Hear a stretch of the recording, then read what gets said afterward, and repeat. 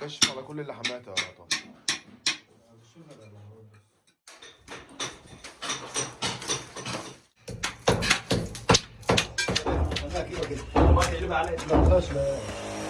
لقيت البيبة؟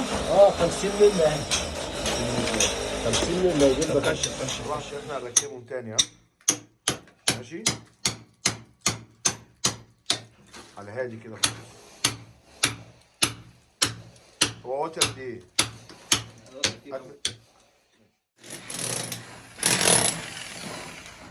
فك الخزان وروح عشان يركب تاني.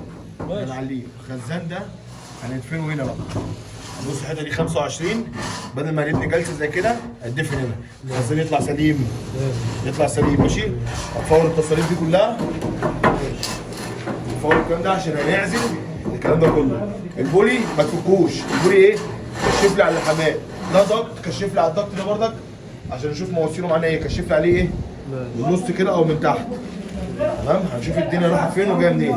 اللحمات لقينا اللحمات تمام هنسيبها زي ما هي. هنظبط ونوزن التكرارات تمام. ماشي يلا على هادي طبعا الخزان. الدور الارضي اول خزان اهو. هنا الشارب على متر هنا اهو.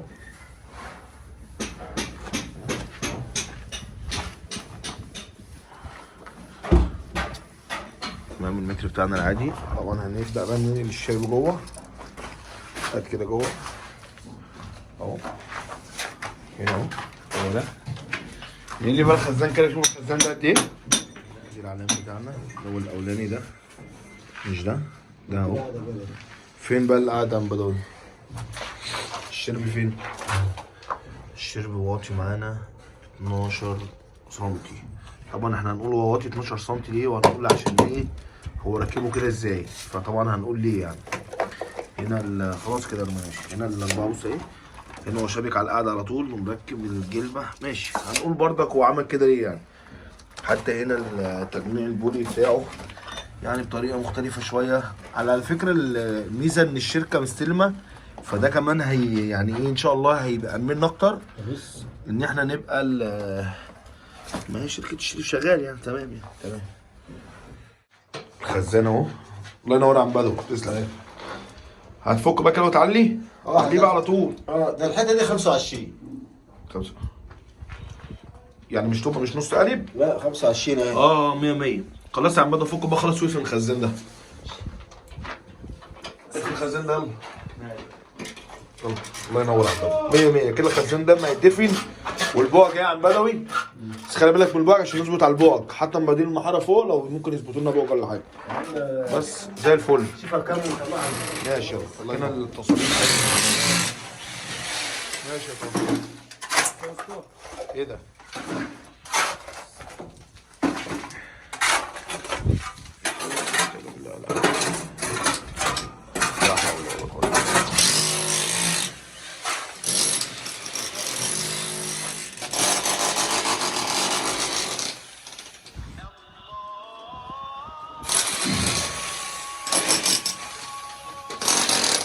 فور الخزان وقعوا.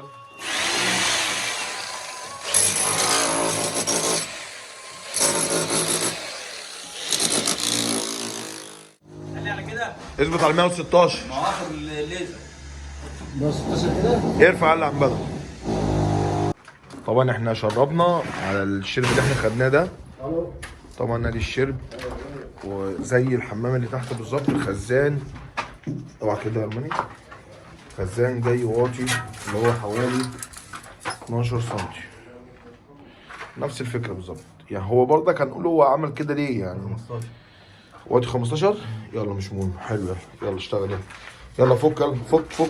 شرب الحمام ده كله ولا كله عشان نشتغل نظبطه نقله جديد. ده الحمام الماستر برضك. هنا ده العلاب اللي احنا علمناه. وقيس لي كده الفرق ده كام. ادي الشرب بتاعنا. طبعا زي الخزان التاني يعني. هو احلى حاجه عجباني ان الوزنه كانت واحد يعني. حتى الخزانات راكبه كلها وزنه واحد. هنا الضغط ده برضك احنا كشفنا عليه. طبعا زي ما انا بخش اي فيلا لازم بنكشف على شغلنا. ولقينا ان الكومباوند مش الشركه مش السباك يعني. حتى باين من تحت اهو، بنكشف تحت اهو. المخرج بتاع البلاعه طالع من تحت لحد فوق 50 مللي، فده طبعا كده هيتفك معانا وهيتعمل ال 75 مللي 3 بوصه يعني. طبعا الخزان ده هيتفك. برضك لقينا هنا ان الحيطه دي معانا جايه 25. الخزان ده برضك هندفنه يبقى مفلت مع الحيطه. الخزان ده هيتدفن ها؟ كام يا 81 امبارح. طيب البولي عم بدو كله هيتفك ويترفع. هو ماشي. العالم ده ده شرب احمد كمال الكهربائي اللي كان عامله على ما اعتقد يعني. مستوى. ايه؟ يلا الله ينور.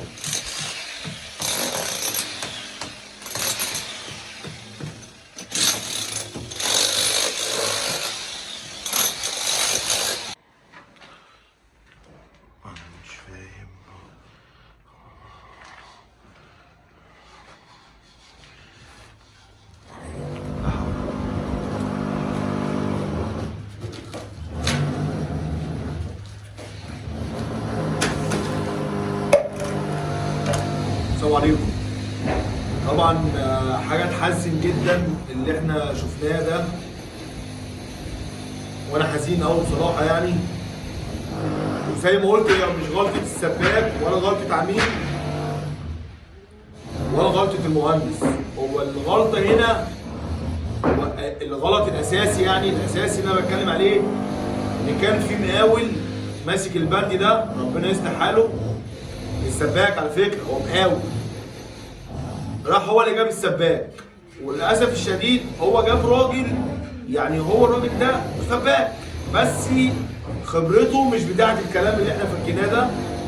ما يعرفش ده بيركب ازاي، او يعرف طريقته بتركب ازاي، او يعرف عنه حاجه وركبه. هو بقى في دماغه هو كان مركب القواعد والخزانات دي نفس المناسيب بتاعه الخزانات بتاعه القواعد العاديه. يعني كان عامل منسوب صرف نفس منسوب الصرف القاعده العاديه، ما يعرفش ان ده ليه منسوب معين والكلام ده. يعني كان اكيد الموضوع جديد عليه طبعا، مع حاجات كتير جدا في الشغل بايظه. يعني والله العظيم هي حاجه يعني بصراحه يعني انا مش عارف اقول ايه. والله العظيم انا زي ما قلت بقالي 10 ايام مش عارف اخد قرار في الموقع ده، مش عارف اعمل ايه، مش عارف اخده ولا ما اخدوش ولا وجع قلب. مع ان في حاجات كتيره المفروض تتعمل في الفيلا هنا قبل ان احنا نعمل الشغل اللي هو الداخلي، اللي انا اجي اعمل شويه مواسير واركب خزان واعمل صرف تكييف والكلام ده. في حاجات اساسيات لازم نبص عليها ونشوفها ونعرف الصرف الخارجي والتغذيه والمواسير اللي في الضغطات والكلام ده كله. طبعا كل ده احنا كالعاده هنكشف عليه ونشوفه، واللي هنعوز نغيره نغيره. انا والله حاجه يعني حزنتني. انا ولا اعرف مين السباك ولا طالع عيب فيه ولا اقول ايه غير اللي انا اقول يا جماعه يا ريت كلنا بلا استثناء وانا اولكم نتقي الله في العميل اللي بيجي لنا او في حته البضاعه والحاجه اللي انا ما اعرفهاش. ما ضحيش بفلوس الناس ولا خاطر بفلوس الناس ولا ما اعرفش عنها حاجه. مش عيب ان انا اقول ما اعرفش.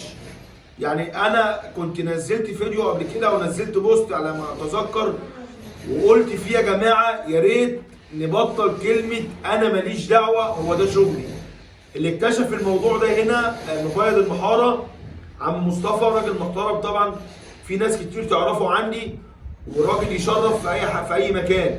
هو اللي اكتشف الموضوع. عم مصطفى من ضمن النوع اللي بيخش بيظبط شغله، بالصدفه بيشد ليزر شرب عشان يأمم البيبان، في عينه لمحت ان الخزانات دي واطيه، فقال لك لا ده في مشكله هنا. فبلغ بقى المهندسه اللي هي اساسا مشت المقاول ده واتخانقت معاه ومشته، جه بلغها. فسبحان الله يا شيء القدر، جينا بقى راجعنا على الكلام كله. طبعا الدنيا والله ان لو عملت كل حاجه فيديو عايزه فيديو نص ساعه نقعد نشرح ونقول ايه.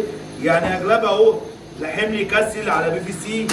يعني بص والله يا كام حاجه كده. حتى الكومباوند هنا غريب جدا، المطلعين مخارج للبلاعات 50 مللي. فالموضوع يعني زي ما انا بقول مش عايزين يا اخوانا اللي احنا نضحي بفلوس الناس بالاونطه. يعني احنا على قد ما قدرنا اللي احنا يعني الحمد لله طلعنا الاربع خزانات، هم 4 مش 3. طلعنا الاربع خزانات قدرنا على قد اللي احنا طلعناهم سلام الحمد لله رب العالمين، وهنعيد تركيبهم من اول وجديد. وكان نفسي والله ان انا اشغل الخامات بس لقيت لحامات يعني مثلا كل 10 لحمات الاقي لحمين بايظين. فطبعا معنى ان انت تلاقي لحمين بايظين دي حاجه ما تخليكش ان انت تبقى مرتاح من جواك ان انت تشغل البضاعه. فطبعا هنضطر ان احنا نغير كل الخامات دي. وحتى الشغل اللي هو الكاسيت ده لقيت شغل منه اهو بالصدفه. يعني انا بقى بقول هو الراجل مش فاهم، يعني انا مش عيب فيه، الله يصلح حاله. بس يعني يا ريت طبعا هو العيب مش عليه، العيب على اللي جابه، العيب في اللي راح جابه. اللي راح جابه ده راح يسترخص عشان هو يحط في جيبه وياكل. ومش مهم الناس، مش مهم فلوس الناس تولع الناس، المهم ان انا بدل ما اكسب 1000 اكسب 20. بدل ما اجيب واحد ياخد 10 لا اروح اجيب واحد اديله 2000 وناخد الثمانيه. هنا كان نفسي اشغل البضاعه دي، اغلبيه البضاعه لقيته بردك الراجل لاحمها بغيره. طبعا الغيره ده فيه ماده كاويه فممكن تاكل في الجوان، فلو ما كلتوش دلوقتي مستقبليا الكلام ده ممكن ما يبقاش مظبوط. يعني بمعنى صح حاجه مش هتخلي الواحد ان هو يبقى مؤتمن ان احنا نشغل الخامات دي تاني. فطبعا يعني الواحد حزين ومعلش والحمد لله وقدر الله ما شاء فعل. وفي حاجه يعني سبحان الله ان اللي يحقوا الموضوع ده قبل حتى ما يبحروا. يعني الموضوع ده كان هيبقى مشكله لو كان راجل سيراميك. الموضوع ده اتلحق لسه في البدايه، يا دوب السباكه اتاسست وخلص تمام دخل مبيض المحاره بالصدفه اكتشف المشكله دي. فطبعا وقفنا الدنيا والحمد لله رب العالمين. ومعلش انا مش متعود ان انا بعمل فيديوهات زي كده ولا الموضوع ده بتاعي. وانا لو في يعني مش عايز اقول مثلا في ناس ممكن تبقى لو دخلت فيلا زي دي مش هتعمل حاجه، لا تقعد تعمل فيديوهات وتطلع في عيوب الصنايعي وتقطع في الصنايعي. وهو الصنايعي ملوش ذنب، هو ملوش ذنب لان اللي ليه ذنب اللي جابه. هو الراجل اللي جه ده دماغه، هي دي مديرته، واللي جابه عارفه. اللي جاب الراجل ده عارف ان دي قدراته، عشان كده اللي يتحاسب اللي جابه، مش هحاسب بقى اللي اشتغل. لان انا كل ما بجيب واحد، لما باجي اجيب محمد شعراوي عارف محمد شعراوي يعمل لي ايه، لما بجيب فلان عارف فلان ده يعمل لي ايه. فالحمد لله قدر الله مش هفعله زي ما قلت اولا واخيرا. الحمد لله ان الموضوع اتلحق من دلوقتي. طبعا في خساره بس خساره هينه عن ما كنا وصلنا لسواء مرسلين او رخام او زي ما يكون الله اعلم في تشريب الحمام ده كان هيبقى يعمل ايه. بعتذر بقى ان انا عملت فيديو زي كده، بس معلش لازم ننبه ونخلي بالنا يا جماعه. يا ريت اي فن تختاره عندك تكون واثق فيه جدا جدا جدا جدا. وبلاش لو في مقاول ولا حد بيجيب صناعيه ما تسترخصش بالله عليك، لان فلوس الناس مش لعبه. النهارده الفلوس الحاجه بقت غاليه جدا، الحاجه بقت تتكلف. انا كان ورايا 4 حاجات بحوالي 25000 جنيه 4 خزانات. انا مش هطول عليكم اكتر من كده، والحمد لله وقدر الله ما شاء فعل. السلام عليكم.